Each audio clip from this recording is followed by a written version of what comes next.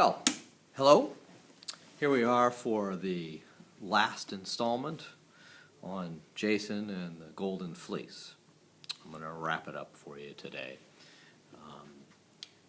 You will remember that last time Jason and the Argonauts had managed to get the fleece.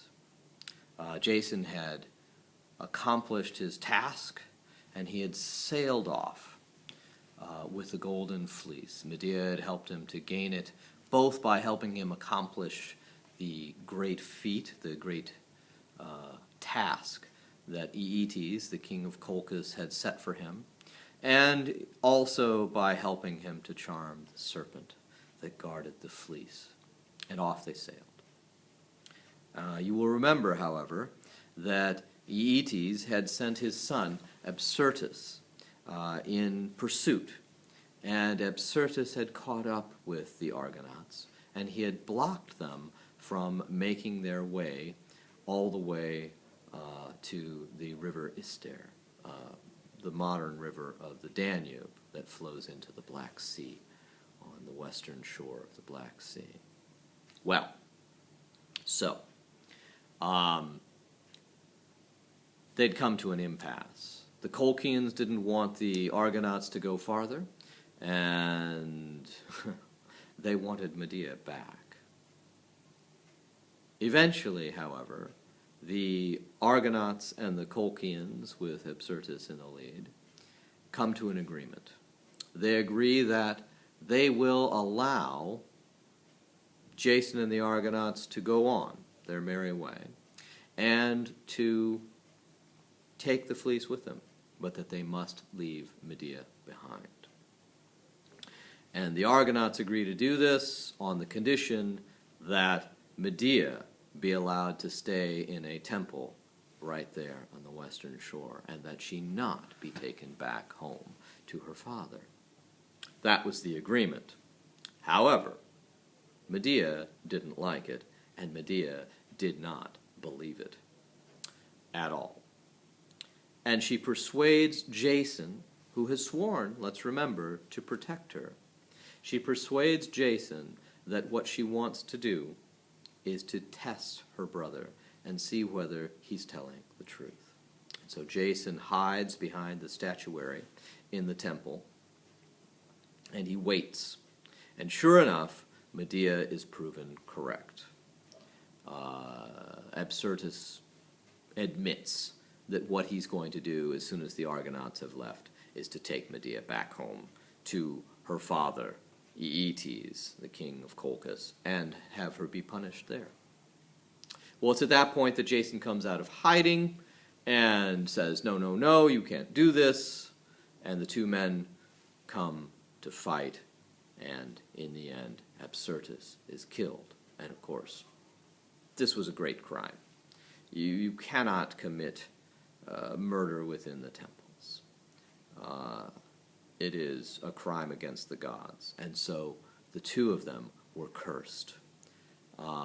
And for the Greeks, for the ancient Greeks, they believed that if you were cursed in this way, if you yourself had committed a crime, you had this sort of aura about you, what they called miasma, pollution, if you will.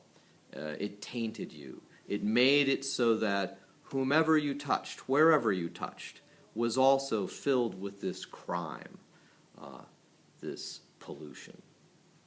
And so when they come back to the Argo, the ship itself, which you'll remember I told you is sort of alive, the ship itself spoke and cried, "Ah, you are cursed, and you shall not come home till you are cleansed of this great crime." And that, of course, is where we left it last time. So,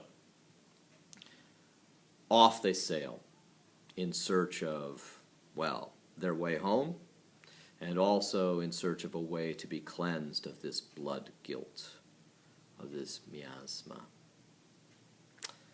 And they have many, many adventures along the way back. They sail up the Danube River, up to the points where it's too shallow to sail farther, and they drag the ship over land down to the sea, And then they sail farther and back into the Mediterranean, back to the point where Africa and Spain very nearly touch, there in the place called the Strait of Gibraltar, where are the Pillars of Hercules.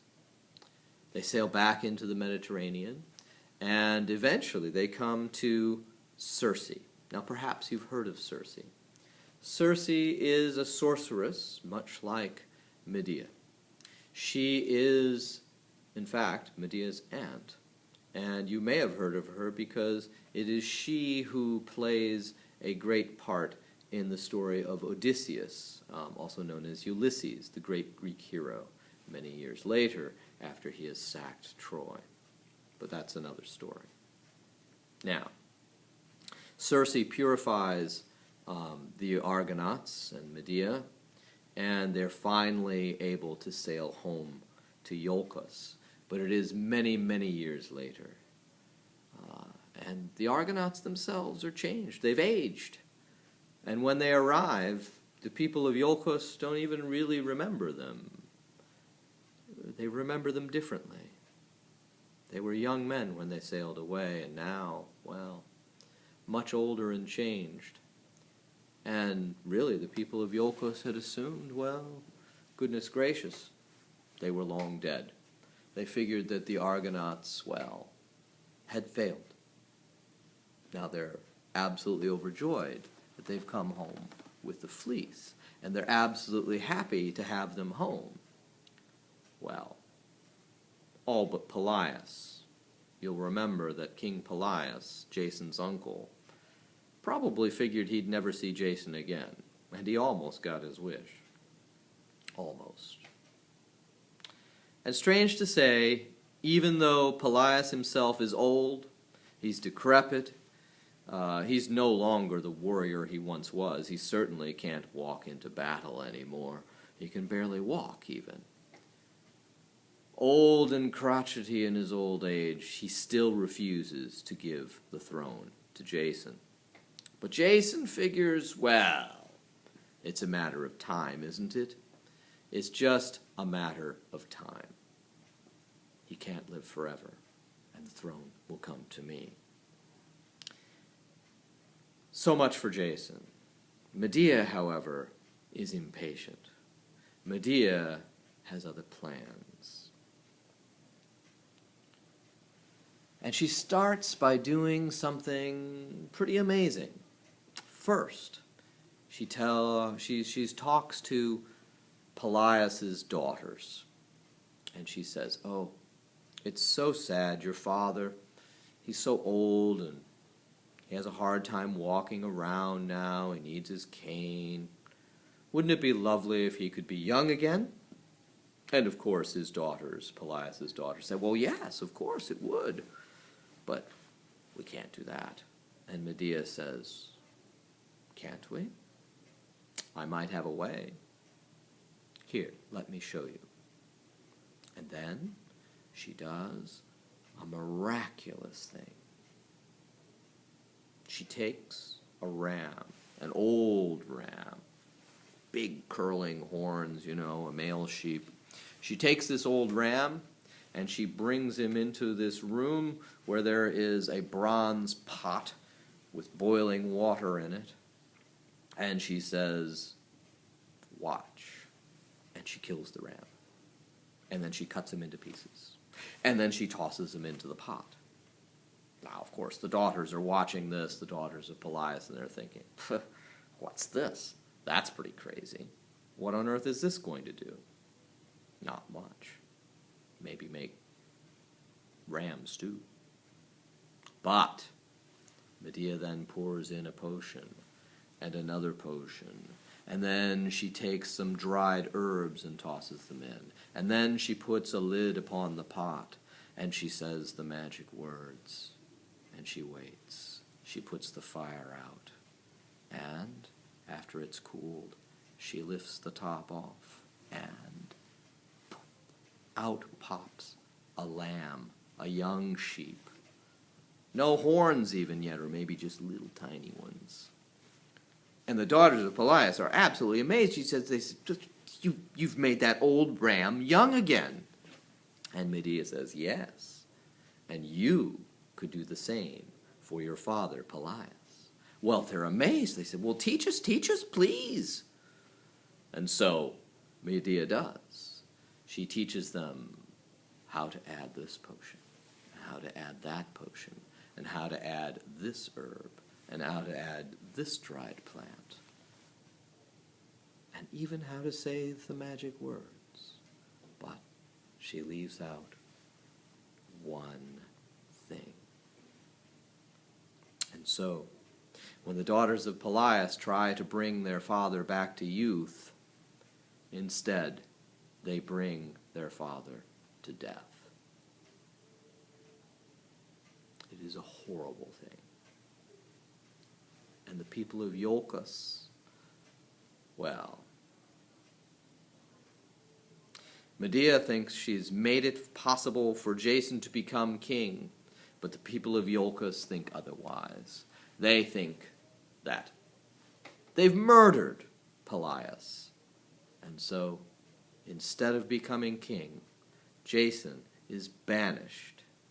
He is told to leave Iolcus forever, never to return, and to take that evil, wicked Medea with him. And so they go. At the very height of their fame, having accomplished great things, they are once again tossed out, filled with miasma for the doing of a terrible deed. Sad to say, Jason and Medea can no longer stay together. It's hard to say exactly why. Maybe Jason blamed her and could never forgive her for being the reason that he's banished from his hometown forever. Maybe he looked upon the things she did and was horrified and could not love her anymore. Who knows? But they did not live together too long after that. They split. They went their different ways. And they had different adventures. But both of them, I think, died far away and unhappy. And that brings us to the end of that story. Not all stories end happily, I'm afraid. But there are many other things you could learn about the Argonauts themselves, about Peleus, about Telamon and their sons. And if you wish to read about them and to learn some more about them, you could have a look at this book here, The Golden Fleece, which has many of the stories that I've told you, and some more as well, and some things more to tell you about Theseus and about Peleus and Meleager and many others. So, if you want to read that one, The Golden Fleece by Padraic Colum, an interesting book. So, that will bring us to the end here, and perhaps, maybe next year, I can tell you about another hero. Until then, bye.